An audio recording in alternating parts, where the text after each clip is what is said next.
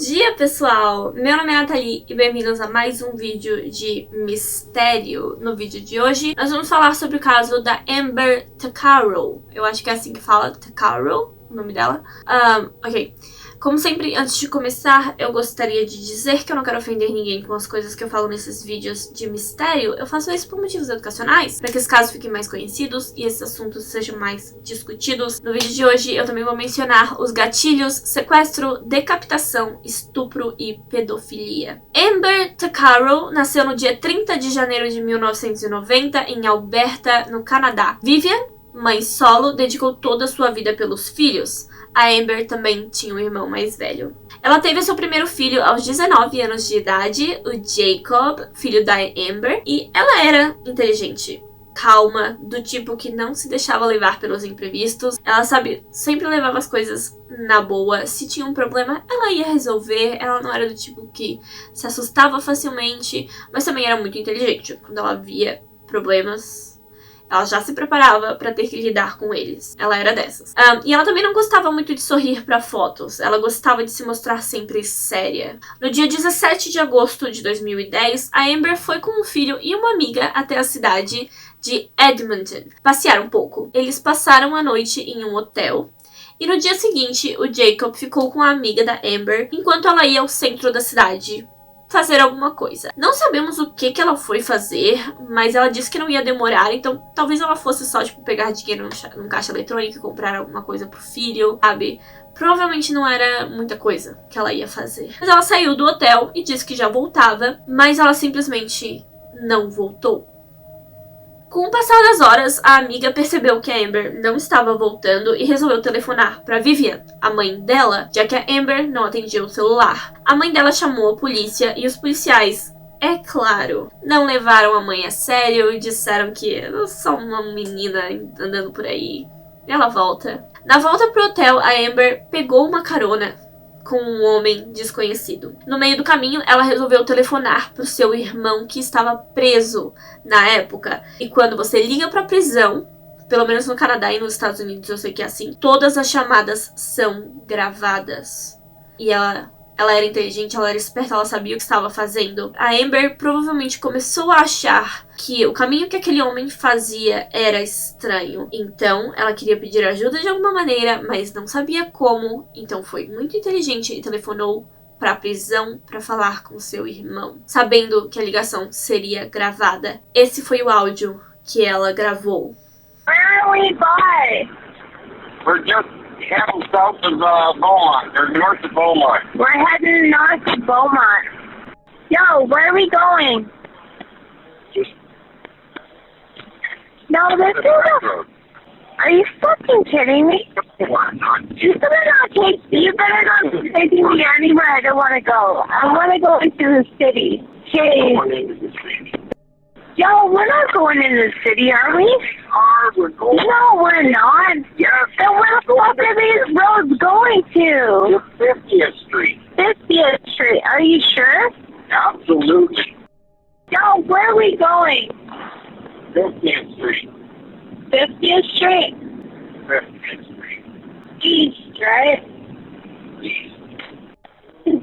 Over now. Bravo. Now.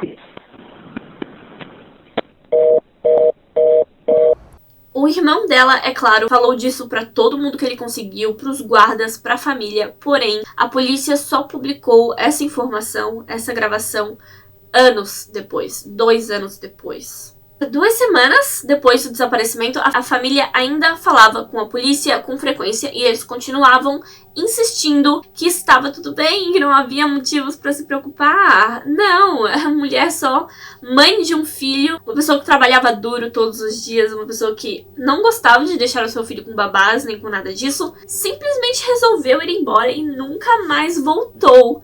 Não, faz todo sentido, claro. Nossa, faz...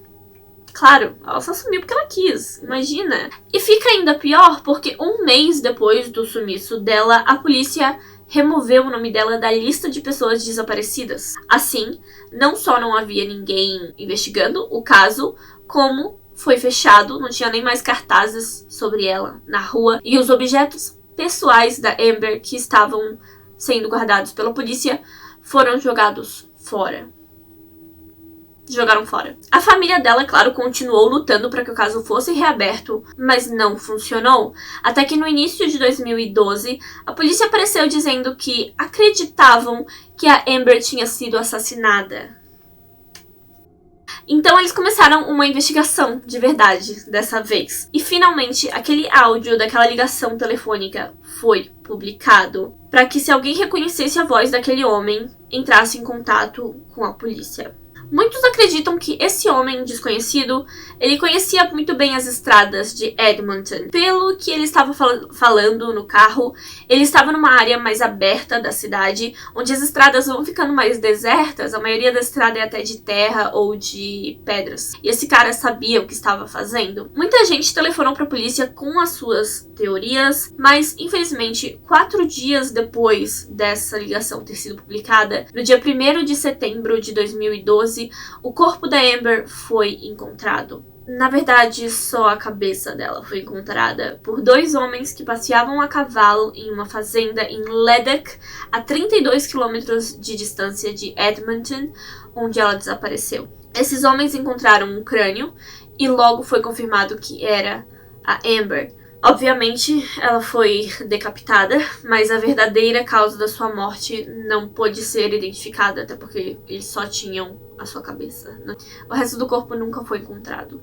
Em março de 2014, a Vivian, mãe da Amber, fez uma reclamação formal contra a polícia por má conduta no caso de desaparecimento da filha dela. E sabe, o pessoal tava pensando assim, você disse corrupção? Por que demoraram 1 ano e meio para considerar que alguma coisa aconteceu com a Amber? Qual foi o motivo disso? O simples fato deles negarem tudo, jogarem fora os pertences dela, isso indica alguma coisa. Isso não pode, eles não podem simplesmente fazer isso porque eles estavam afim. Eu não acredito que eles fizeram isso só porque eles não acreditavam que o caso dela era de assassinato ou de desaparecimento de verdade. Não é possível. 4 anos depois dessa reclamação ser feita, a família recebeu um documento que listava todos os erros da polícia, prometia mudanças na conduta dos policiais, sabe, pedir desculpas, mas foi só isso mesmo. Não teve indenização, não teve, assim, mais procura pelo assassino da Amber, foi só isso mesmo. Então vamos às teorias, né?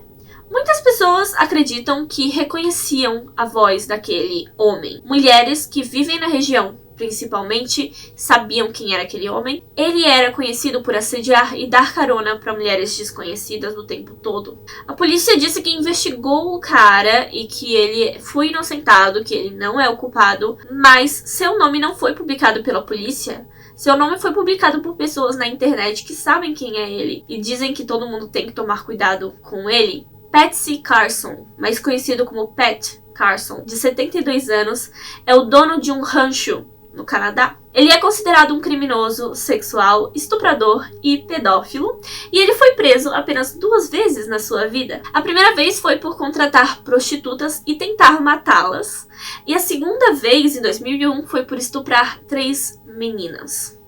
O que ele tá fazendo livre? As 2 sentenças juntas dão um total de 6 anos e meio que ele serviu de prisão. Muitos dizem para ter cuidado com ele e não se hospedar no seu rancho. Sim, ele recebe hóspedes. Online, ele vive mudando o seu nome e o nome do rancho para atrair novos clientes e também pessoas para trabalhar no rancho. Todo mundo acha ele muito estranho e evasivo. Ele coloca anúncios online com vagas de emprego no seu rancho, dizendo ser um homem idoso e frágil, o que ele não é. Ok, ele é forte, ele não é um homem frágil. Ele pode ser idoso, ele tem 72 anos, mas ele não é frágil. E ele diz que precisa de cuidados e de um faz-tudo. Então muitos casais já caíram nessa. Eles acabaram tendo que fugir de lá no meio da noite, por medo do cara. É sério. Tem várias histórias online de que esse cara, o Pat Carson, ele dava quarto, comida e pagava semanalmente casais que quisessem ajudá-lo. Basicamente, era uma mulher para ajudar na casa dele e um homem para fazer trabalhos gerais e cuidar dos animais no rancho. Ele é sempre super generoso no início e vai ficando cada vez mais abusivo e inapropriado com o passar do tempo. Não tem como trancar as portas de nenhum dos cômodos da casa, e se você demonstrar suspeitar dele, ele fica muito irritado. É fácil saber se você está lendo um anúncio de emprego do Pat Carson, porque ele costuma não incluir número de telefone. O endereço é em Alberta, no Canadá, é sempre o mesmo, não tem como ele mudar o endereço. Sempre está cheio de erros gramaticais e não há nenhuma outra maneira de contatá-lo. Nenhuma outra rede social, nenhum site, só aquele anúncio.